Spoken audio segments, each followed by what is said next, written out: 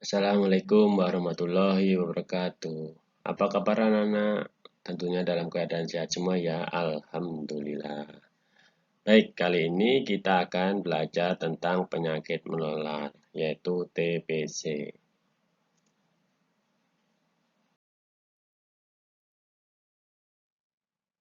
Penyakit menular. Penyakit yang termasuk dalam penyakit menular apa saja? Melalui apa penyakit itu bisa menular? Apakah anak-anak sudah pernah terjangkit penyakit menular itu?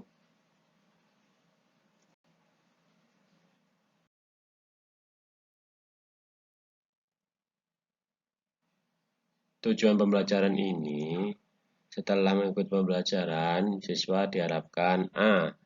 Siswa dapat menyebutkan anggota tubuh yang berpotensi penularan penyakit TBC. B. Siswa dapat memperagakan cara bersin yang baik dan benar. Karakter siswa yang diharapkan: 1. Disiplin, tanggung jawab, kerjasama, percaya diri, dan kejujuran.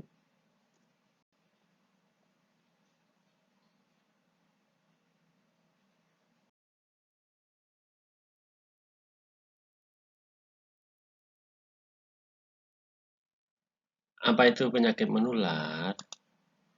Penyakit menular adalah infeksi yang disebabkan mikroorganisme, virus, bakteri, jamur, dan parasit.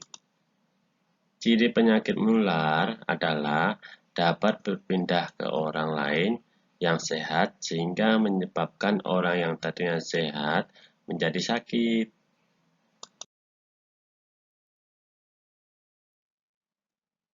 Macam penyakit menular. Dilihat dari media penularan ada dua, melalui hewan ke orang ke orang, dan orang ke orang ini melalui benda dan bisa melalui udara. Baik, pertama kita bahas tentang media penularan dari hewan ke orang. Baik, di sini kita akan bahas tentang hewan yang dapat menularkan penyakit ke orang. Apa aja penyakitnya? Pertama, rabies. Rabies dapat ditularkan oleh hewan anjing. Ya, bila digigit dan anjing itu mengidap penyakit rabies, orang akan terinfeksi virus itu. Yang kedua, flu burung. Flu burung dapat ditularkan oleh hewan unggas seperti itik, bebek, mentok. Ya. Yang ketiga, demam berdarah dapat ditularkan oleh hewan nyamuk. Ya, nyamuk dapat juga menularkan chikungunya dan malaria.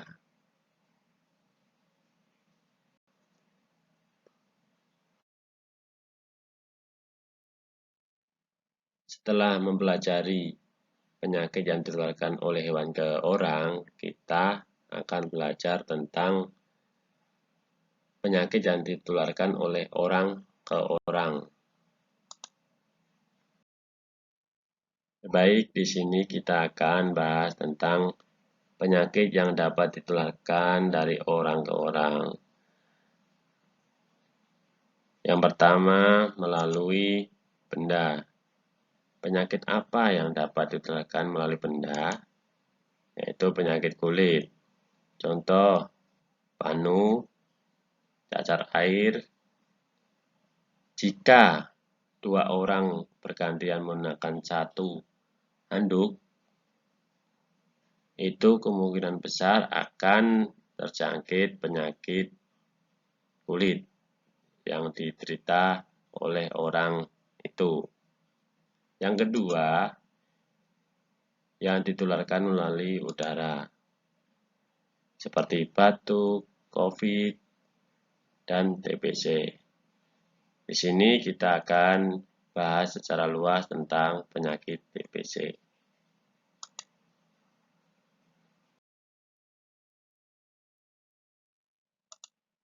Penyakit TBC itu apa? TBC atau tuberkulosis yang juga dikenal dengan TB adalah penyakit paru-paru akibat kuman Mycobacterium tuberculosis. Gejala-gejala TBC yang muncul dapat berupa batuk yang berlangsung lama, 3 minggu atau lebih, biasanya berdahak, batuk mengeluarkan darah, berkeringat pada malam hari, penurunan berat badan, demam dan menggigil, lemas, nyeri dada saat bernapas atau batuk, tidak nafsu makan.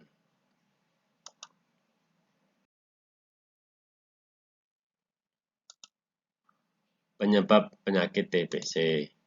TBC disebabkan oleh infeksi kuman dengan nama yang sama, yaitu Mycobacterium tuberculosis.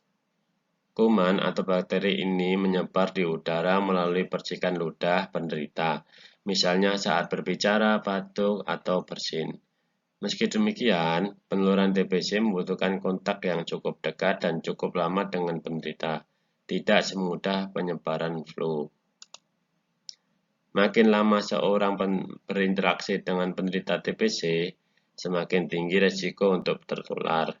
Misalnya anggota keluarga yang tinggal serumah dengan penderita TBC.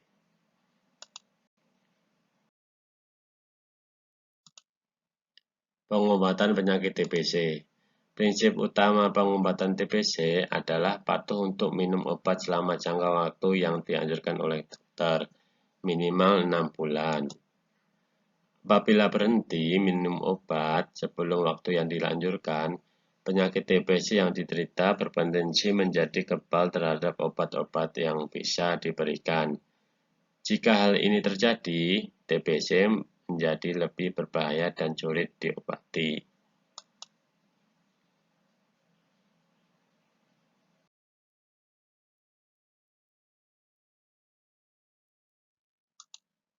Pencegahan penyakit TBC.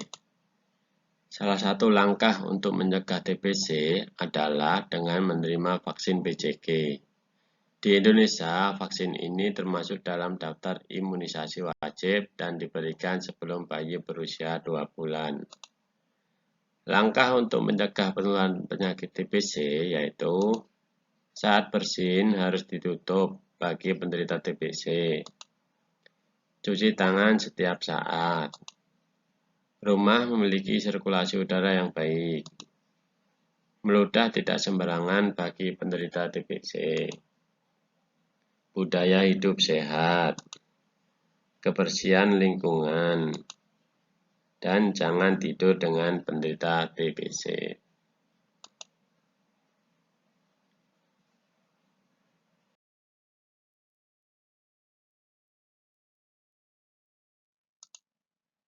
Etika saat bersin. Bagaimana etika yang baik saat bersin? Saat bersin, tubuh kita akan mengeluarkan banyak sekali kuman dan bakteri. Maka kita akan pelajari etika yang baik saat kita bersin. Pertama, tutup hidung dan mulut menggunakan tisu atau sapu tangan. Kedua, jika tidak ada tisu atau sapu tangan, bisa menggunakan lengan atau baju. Yang ketiga, segera buang bekas tisu atau sapu tangan ke tempat sampah. Yang keempat, segera cuci dengan air yang mengalir dan menggunakan sabun atau bisa menggunakan antiseptik. Yang keempat, lalu gunakan masker.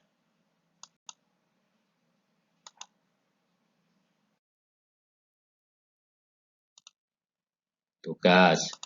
Setelah mengikuti pembelajaran, tugas yang harus dikerjakan: 1. Mengerjakan soal di Google Form. 2. Mempraktekkan cara bersin dan cuci tangan yang baik.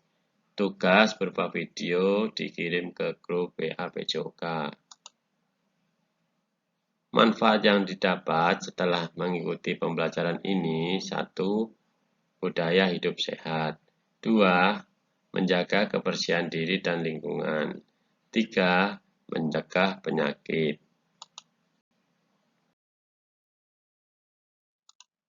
Ingat 5M. Apa aja 5M? Yang pertama, menggunakan masker. Yang kedua, mencuci tangan. Yang ketiga, menjaga jarak. Yang keempat, menjauhi kerumunan. Yang kelima, membatasi mobilitas.